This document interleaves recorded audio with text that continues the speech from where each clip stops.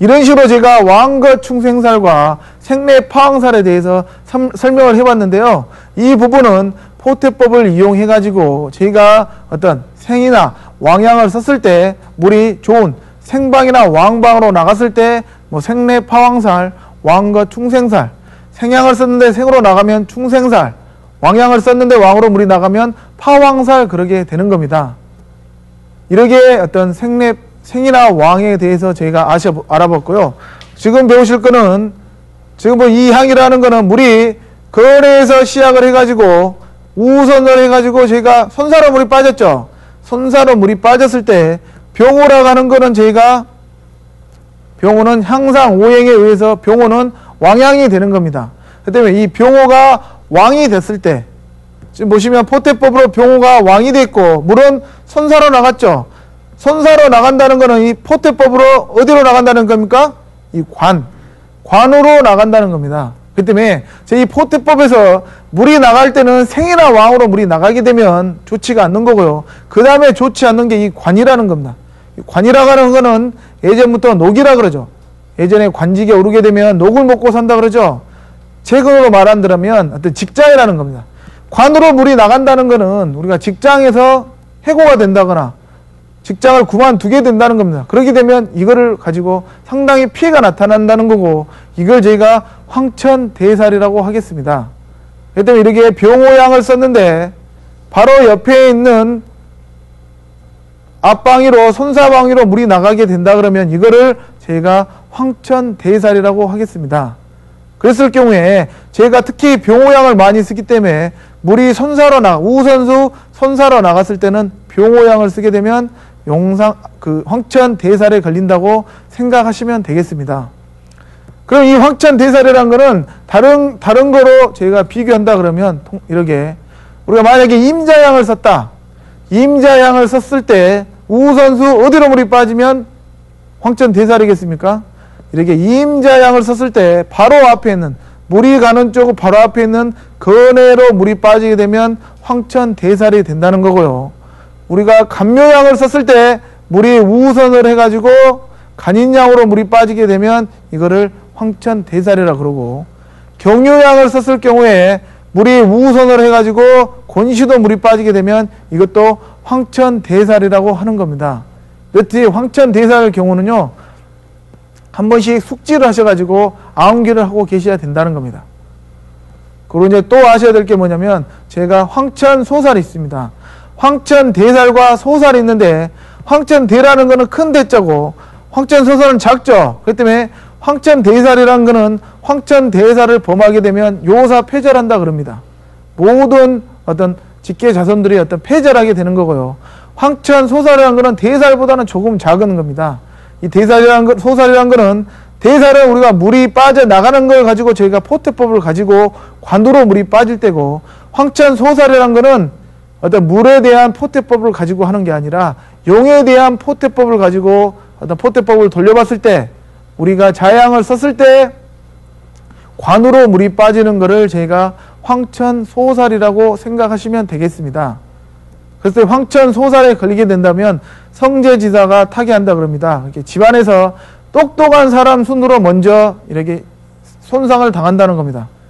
그런 식으로 생각하시면 이 황천소살 같은 경우도 제가 이론적으로 공부하신다 그러면 상당한 실이 걸리지만은, 제가 초등학교 때 구구단을 외운 것 같이 먼저 구구단을 외우고 나서 학년이 높아가면 갈수록 구구단의 원리를 아는 것과 같이 제가 이 황천대살, 소살 같은 부분은 미리서 암기하시거나 아니면 유인물을 만들어 가지고 제가 우선수 때 자양을 놓으실 때는 필히 참고하시면 도움이 되겠습니다. 그리고 제가 또 아셔야 될 거는 이 묘고 살인 황천살이라고 해가지고 우선수 때 묘, 이 정미나 을진, 개축, 신술로 물이 빠졌을 때 그 당문양, 제가 이 당문양이라고 하는 거는 뭔 말이냐면 물이 빠져나가는 것을 보고 쓰는 향을 당문양이라고 그럽니다. 이렇게 물이 빠져나가는 당문양을 썼을 경우에 묘고 살인 황천살이라고 하는 겁니다. 요 부분만 조금 숙지하신다 그러면, 우리가 보약 있고 지약 있다고 그랬을 때, 우리가 보약은 뭐 먹더라도 어떻습니까? 지약은 안 먹어야 되겠죠. 그렇기 때문에 요 부분만 조금 숙지하신다 그러면 제가 묘나 집을 썼을 때 큰 피해는 당하지 않는다고 생각하는 거고요. 너무 어렵게 생각하지 마시고 어떤 원리를 깨닫게 된다 그러면 쉽게 이해가 하실 수가 있는 거고요. 이 부분을 암기하거나 아니면 기록하셨다가 필요할 때마다 제가 안 해오더라도 보면서 판단하시면 우리가 이런 무서운 살들에 대해서 벗어날 수가 있다고 생각하는 겁니다. 그러면 한 가지 향법에 대해 예를 들어가지고 설명을 해보도록 하겠습니다. 통상 어르신들이 집을 짓거나 묘에 자양을 쓸 때 아무 무서움 없이 자양을 쓰게 되는데 그렇게 쓰다가는 큰 화를 당할 수가 있다는 겁니다. 그 때문에 집을 새로 짓고 나서 3년간 세를 논다는 말 혹시 들어보셨습니까? 이게 집을 짓고 3년간 세를 논다는 건 뭔 말이냐면 새로 집을 짓고 나면 이 집이 잘 지어졌는지 못 지어졌는지 잘 모르기 때문에 3년간 세를 놔봐가지고 그 새 들어온 사람들이 뭐 어떤 어려움을 겪지 않고 잘 산다 그러면 그 집이 잘 지어졌다 생각하고 들어가시는 거고 3년 동안 사시는데 그 집에 사신 분들이 어떤 피해를 당했을 경우는 그 집으로 들어가지 않는다는 아주 웃기는 이야기죠. 그 때문에 이런 부분은 자연의 원리를 파악하고 자양을 잡게 되면 그런 원리를 피할 수가 있다는 겁니다. 그 때문에 제가 이 자양을 보고 한번 설명을 해 드리겠습니다. 지금 보시는 화살표로 이렇게 돼 있다는 것은 이 방위에서 저희가 산이 오고 있다는 겁니다.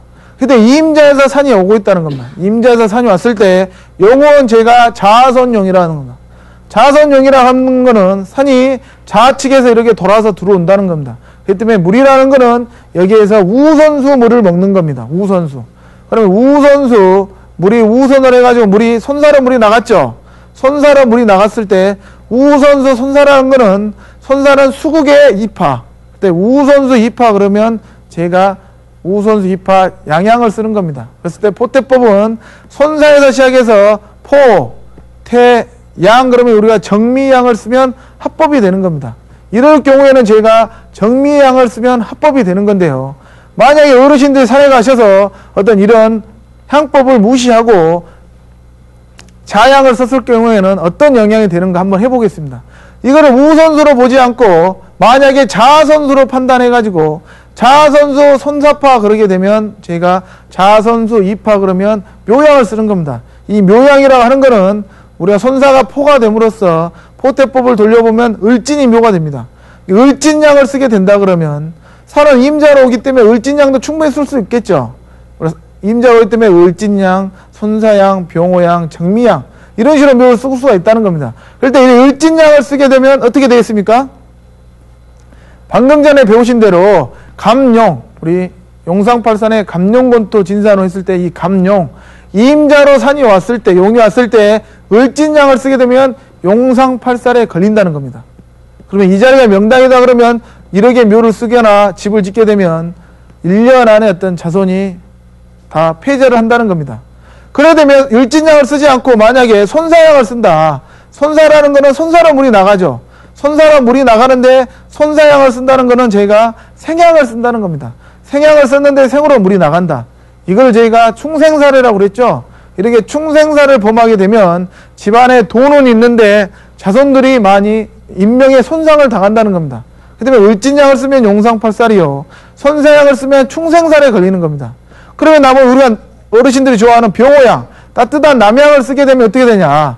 우리가 남양을 썼을 때, 병호양을 썼을 때 물이 우선을 해서 손사로 물이 나가게 되면 병호가 왕이 되면 손사는 관이 된다 그랬죠. 그러다 보니까 이거는 황천대살에 걸리게 된 겁니다.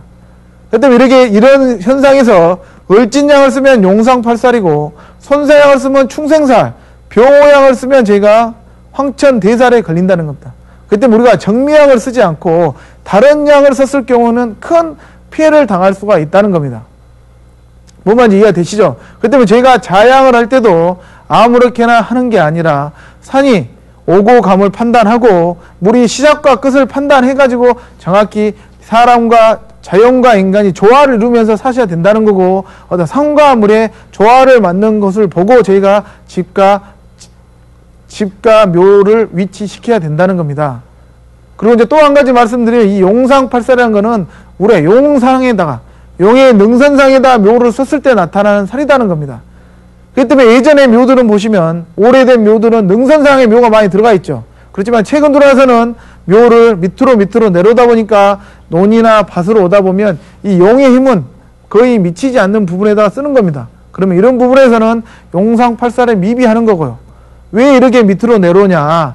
능선상에다 묘를 잘못 쓰게 되면 이렇게 용상팔살 같이 큰 살에 걸리게 되면 묘를 쓰자마자 뭐 1, 2년도 안 돼서 큰 피해를 당하게 되는 겁니다.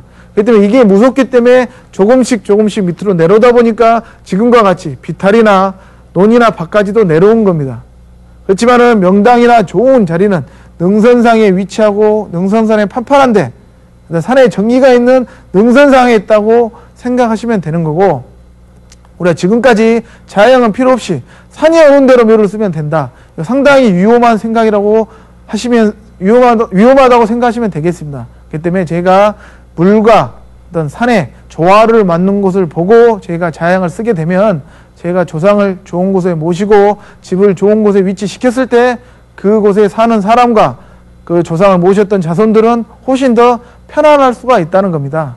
그런 의미에서 조금 어르신들이 공부하기에는 조금 어렵지만은 제가 이게 오늘 제반 대살론에 대해서 설명을 해드린 겁니다. 우리가 보약만 먹을 수가 없고 지약을 혹시 먹을 수가 있기 때문에 제가 안 좋은 거에 대해서도 한 번 더 숙지하셔가지고 제가 자양과 집을 묘의 자양과 집을 배치할 때 조금만 신경 쓰다 보면 우리가 어떤 살기 좋고 어떤 자손들도 어떤 좋은 영향을 받을 거라고 생각합니다. 오늘은 이렇게 이런 제반 대살론과 자양에 대해서 설명을 해 드렸습니다. 오늘 이상으로 수업 마치겠습니다.